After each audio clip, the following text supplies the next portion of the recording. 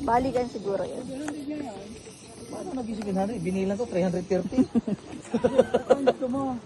Mula pa doon sa baba, hanggang doon sa taas. Times 2 na lang para. Galing yung pagbibilang. 330. Eh dito nga, ano lang. Dito pa. Balik mo, bilang times 2.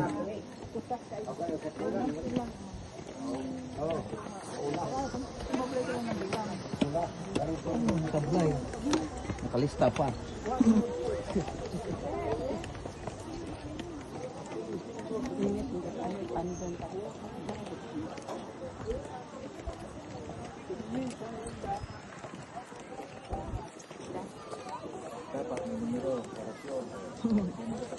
Height by 10.